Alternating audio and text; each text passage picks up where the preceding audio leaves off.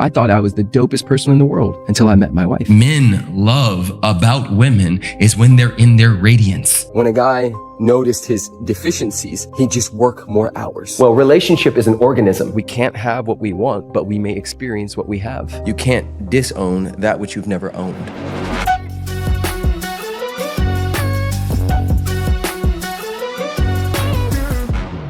Hollywood has depicted marriage and relationship in a particular way. And so many of us, starting with Disney, have bought into this sort of fairy tale idea that when you find your person, all your problems go away. But it's actually the opposite. When you find your person, that's when all your stuff gets mirrored. That's when all of your wounds get expanded and you can see them. I thought I was the dopest person in the world until I met my wife. Then the jealousy and the anger and the all that started to show up. And I'll never forget, I tell this story in my workshop often around social and historical programming, because we started living together, I think it was 2014, 2015. And we had this apartment in Venice Beach, and I used to surf all the time in the morning. So I would never be with her in the mornings. But this particular time, there was no waves. And so for like a week, I'd wake up with her, and we used to do this thing called a snuggle alarm, where we'd wake up. The first alarm was for us to find each other and snuggle. And then 30 minutes later was when we'd actually get up. And this really cool, hilarious thing happened where we would go brush our teeth together. And she would put like Colgate commercial type toothpaste on her thing. And you ever been with somebody and they do something that makes you cringe on the inside? Sure. Right? It's like, I love this woman, I want to marry her, and I want to drop kick her right now. So every time she'd squeeze the toothpaste and then do that thing, I'd be like, that's $8. That's $8 right there. I'm going to have to buy new toothpaste tomorrow. It's over, right? And this is all happening internally, bro. I'm not saying anything to her, but it's happening, right? And so my body is going into this, fear, stress response every time we brush our teeth together. And I had a moment where I was like, oh, this isn't mine. My mom, an accountant, epic woman, one of the most loving, epic humans you will ever meet. My mom grew up in a scenario in Watts, California, where she didn't eat all the time, where there's like 8 people in one tiny house. And so she said, if I ever have kids, I'm moving my kids out of the ghetto, and I'm making sure we never go back to that. And she did that. My mom nailed it. The issue was that she made us think that we were always poor and one paycheck away from like living on the streets. And so the consciousness of scarcity was living in my body. When I was 10, she'd say, do you want $5 for lunch? And I'd say, no, just give me 2. I was that kid. No, I'll just take 2. No, I'll just eat 1 sandwich. I don't need chips. Like that, right? So it's like this scarcity thing. So now fast forward, I'm a, 34-year-old man with this woman that I want to marry. And every time she puts the toothpaste on, I want to murder her, right? And so this is some of the, it's a death. It's a melding of the consciousness. There is something so beautiful about 2 people getting to know each other in the most minute, interesting way, and then letting go of who you thought that person was, even from the day before. Yeah. I say that all the time. The moment I think I know my wife, our relationship is over in that moment. Because there's no space for her, for growth, for creativity, for her womanhood to show up differently. When we were having a hard time, I had her frozen in her history. And even the history wasn't true. It was partially true. It was from my lens, from my perspective, and my what's that thing in your brain that filters things in and out?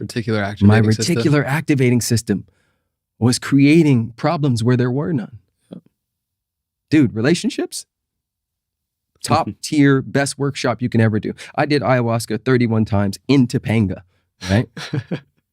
Just get in a relationship. That's the same as ayahuasca. At some level, if you stay, it is very easy to look outside of oneself.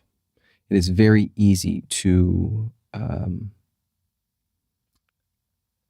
take the wide road of the next shiny object.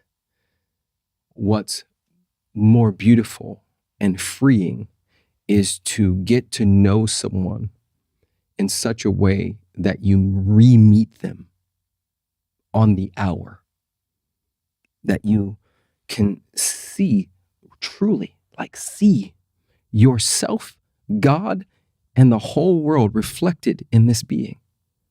Like to really open and feel and generate with another being is miraculous. And for me, I think about it like this: out of 8 billion people currently, this is the person that gets to take care of, ignite, push, pull, caress, cajole my nervous system, my deepest wounds, my deepest fears. This is the person that the universe has chosen for me. And there's so much beauty and freedom that gets unlocked when you're not scanning for the next person or the next thing to get, right? Because for many people, it is very challenging to beat their biology, right? Although you and I are these conscious beings, we still have dicks. And those dicks, the reptilian part of our brain will still fire off and see stuff and want to engage in it, right? The hunt. Well, there's a freedom from that into a different kind of hunt. And for me, it feels like I get to be a heat-seeking missile for continuing to help open this being that then opens my children, that then opens everything. Everything gets opened by way of the connection.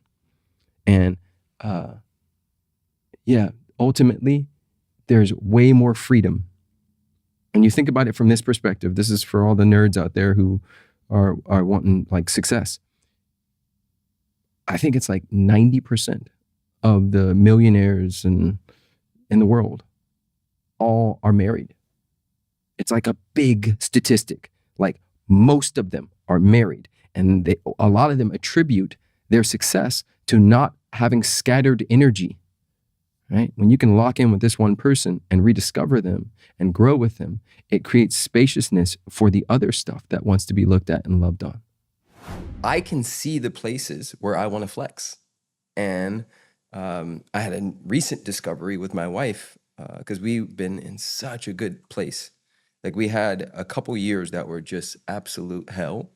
And we came out of that and had an entire year of just pure connection and joy and play. But I caught recently that I was still moving from what we would call the drama triangle and proving that I wasn't a villain.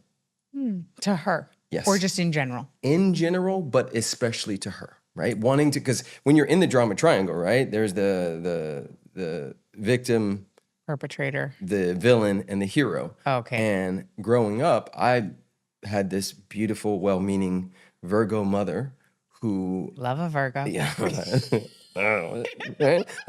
My wife is also a Virgo. My I'm like husband is. surrounded by them, and I love them and I hate them, and it's so good, right? And so she was so particular as a mom that my little Leo boy energy was like, all right, you're not safe. So I'm gonna hide everything about me from you. And you know, you wear a mask so long and you play a role so long that the role starts to play you. And I've gotten to the point where and we say this in our workshops all the time, you can't disown that which you've never owned. And so I'm in the stage of proving to myself that I can unhook from these stories and these ways that I've navigated the world that kept me safe. They made me a bunch of money, got me a bunch of notoriety and all that stuff. And what's the next evolution, right? None of it's bad or wrong, but like, okay, that no longer serves me. It's literally all the same thing. Once you get it, right? It's the idea of a rising tide lifts all ships, right? once you figure out that the consciousness and the energy and the power that you possess, and you really sit in it, not from above, but from width, not power over, power with, right? When you operate from that space and you get it right here, you automatically get it in all the other places. That's right. Right? It just bleeds into every other area of your life. And my wife is, yes, it's the as above, so below, as within, so without, right? It's the if I dance in front of the mirror has to do the exact dance that I'm doing, but I got to go first, right? So, okay. I never heard that. Yes. That was great. I That was see. great. Right. So it's the understanding that spirit can only do for us what it can do through us. Yeah. Right. And I say this all the time. We can't have what we want, but we may experience what we have. So, okay, I can't have what I want, because when I'm in wanting, I can only get more of that. But I can experience what I have. Okay, so what am I having right now? This is why I have my clients do the joy alarms. This is why, for me, before I ever met Alexi, I could feel her in consciousness. That's the whole game. Offer the vibration. The guy you're dating or married to is painfully aware of what he cannot provide. And that's a part of why he works so hard. The way our society is set up until really the last 10 years, when a guy noticed his deficiencies, he'd just work more hours, right? Maybe if I have more money, maybe if I have a better job, maybe if I can provide more, then I can be the husband she wants and needs, et cetera, et cetera. Now, in the last 10 years, we've had this growth and this boom around personal development and self-help. And now men are painfully aware, even more, that not only can they not provide, and this is their mind, right? Hear me, this is not like truth. This is in their mind. The guy with the Ferrari is doing a better job at providing for his family than he is. And a lot of you, and I've heard women say this many times, I'd rather live in a shack and have your presence and your heart than to have a Ferrari or whatever the case may be and not have a boyfriend or somebody who's there with me. Well, relationship is an organism. And it's a freaking snowflake, and it's not like any other one. Yes, there are aspects, because we come in these human shells that are similar. However, there is not one single relationship that is the same as the other one. Including the relationship that we were in yesterday. Yes. So like, this is so true for us, because we're constantly in our own work, and we're constantly looking into and investigating our own consciousness. Yes. Then our agreements shift because our own consciousness is deepening. If I'm recognizing like, oh shit, I have a pattern that's been playing out that I'm just acknowledging right now. And I get that pattern has created a certain agreement between us, whether conscious or unconsciously stated and agreed upon. I'm now going to bring that to him and say, babe, I just realized that one thing I do is based on this story and this wound from when I was 5. Yep. And I'm not committed to that wound anymore. I'm committed to my greatness. So let's recreate a new agreement around you holding me to my greatness and me holding myself to that. So it's constantly doing this. Wow. Yeah. We can write our values down on a piece of paper and say, these are my values. And the reality is, what Alexi was speaking to is, there are biological imprints outside of just the psychological ones that are happening that most humans on the planet have never faced off with. They're not even aware of them. Boom. So if I'm in the conversation of these are my values, when in reality, it is a deep freaking wound from when my uncle touched me in a way that was inappropriate, but I haven't faced off with that thing. And I go into a relationship with you and say, well, my value is that you don't get to talk to other women. There's something so magnetic about somebody whose cup is full, right? I say it all the time. Fill your own cup and give from the overflow. What men love about women is when they're in their radiance, when they're in their feminine storm, when they're in their dance and their sex and their love and their commitment and their nurture and their art, all of it. We are so turned on by a woman who is turned on by life. And so many women are trying to be like men. And therefore, even if you dress it up and make it look good and get your BBLs and fill up your face and put the long eyelashes and all the other stuff on, we can sniff through that. We know when a woman is truly in love with herself and with life. We can feel it. It's an energetic.